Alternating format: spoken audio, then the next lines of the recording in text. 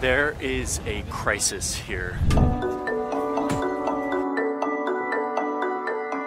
Millions of people have fled Venezuela as the country crumbles. El sueldo mensual no nos alcanza para una caja de cornflakes. Many of them are coming over this border into Colombia. Que haya hambre. En Venezuela está en crisis, no hay nada. Here in this border town of Cúcuta, you see people with suitcases full of all their belongings. They don't know where they're going, they just know they need to get out of their country. Todas las tiendas están cerradas, todas las tiendas porque ya quebraron los negocios, las carnicerías, los supermercados.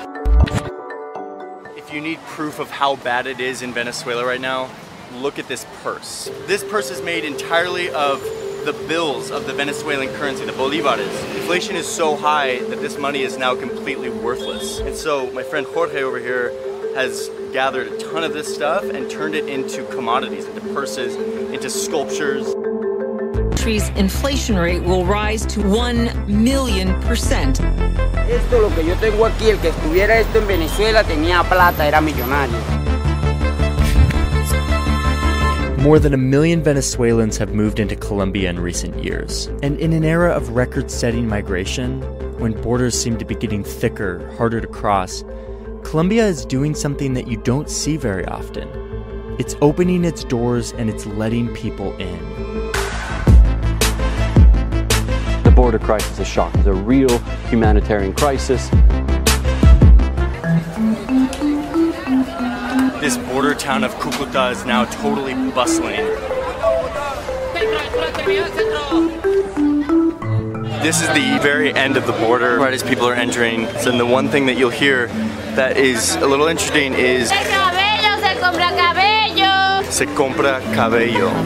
We buy hair.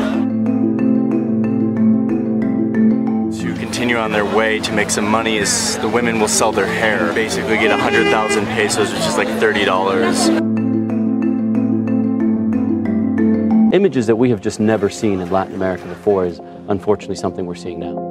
The collapse of Venezuela didn't happen because of a civil war or a natural disaster, but rather the colossal economic mismanagement by the country's leader, Nicolás Maduro.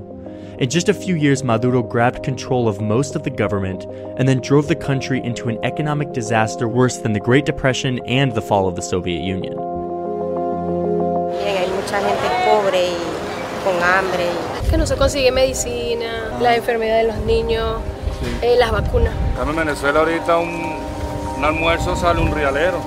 Of the 2 million people who have left Venezuela in the midst of this crisis, about 1 million have come to Colombia, easily more than any other country. The response by most countries in the region has been to put up new measures to stop migrants from flooding into their country, but not Colombia.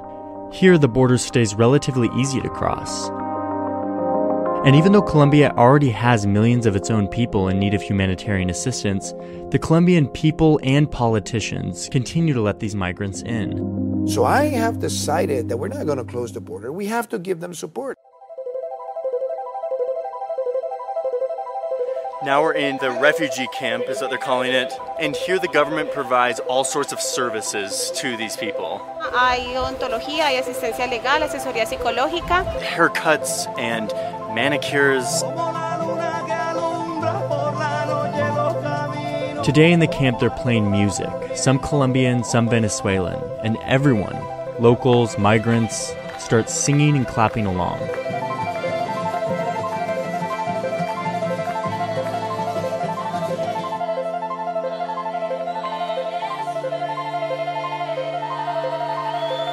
No nos dividen fronteras, tenemos un mismo cielo que nos acobija. Venimos a que sepan que tu bandera es mi bandera. Queremos dar gracias a la tierra colombiana y bendecir a Colombia.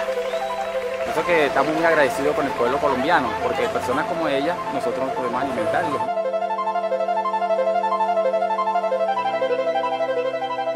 The Colombian government has given most of these migrants status, allowing them to live in the country, get health care, work, and study for 2 years.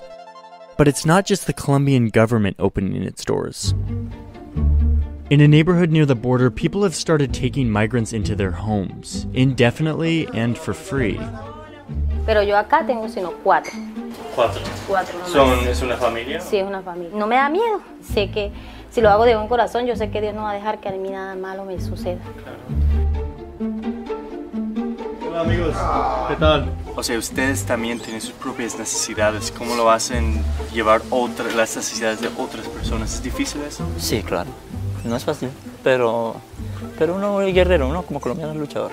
Uno dice, no, pues ahí aguantamos para todos. Ahí desde que traten de aguantar, ¿no? ¿Sí? Carlos también nos ha ayudado, que eso sí, siempre lo vamos a agradecer, pero... Y se han portado bien, gracias a Dios. And to understand why these people are opening up their doors to Venezuelans, you have to understand their past. If you go back to the 1800s, Colombia and Venezuela were actually a part of the same country called Gran Colombia. This country eventually broke up into the modern states we know today. Decades later, in the 80s and 90s, Colombia was experiencing some of the worst violence in its decades-long war with the rebel group called the FARC. This war displaced more than 7 million people, more than any other modern war. Hundreds of thousands of those people fled to Venezuela, where the economy was thriving. And the Venezuelans took them in. Yo fui a Venezuela, yo fui al oriente de Venezuela, estuve 2 años allá. ¿Y los venezolanos? Me atendieron muy bien, la gente de allá es muy acogedora. So in a sense, this is the Colombians' way of paying back the Venezuelans for the hospitality they were given. Here at the border, you go down the street a little bit and you see this sign that says, "Welcome to Colombia." Above it, it says, "Colombia and Venezuela united forever." In spite of these two countries being different, having very different governments, there is this common identity among the people. But there are reasons to believe that this sense of solidarity might not last forever. A slew of crimes allegedly committed by Venezuelans have led to a new wave of skepticism in the country. Earlier this year, the police chief in this border town told people that they shouldn't rent their properties to Venezuelans after a migrant was arrested for a homicide. Bueno, como antes que tú llegabas y pase, servían a uno al 100%. Ahorita hay esa desconfianza porque hay venezolanos que de verdad, lastimosamente, hemos hecho lo malo. But despite the growing skepticism, many Venezuelans continue to see tremendous support in Colombia, a country that has chosen to keep its doors open to the thousands of migrants who come in every day.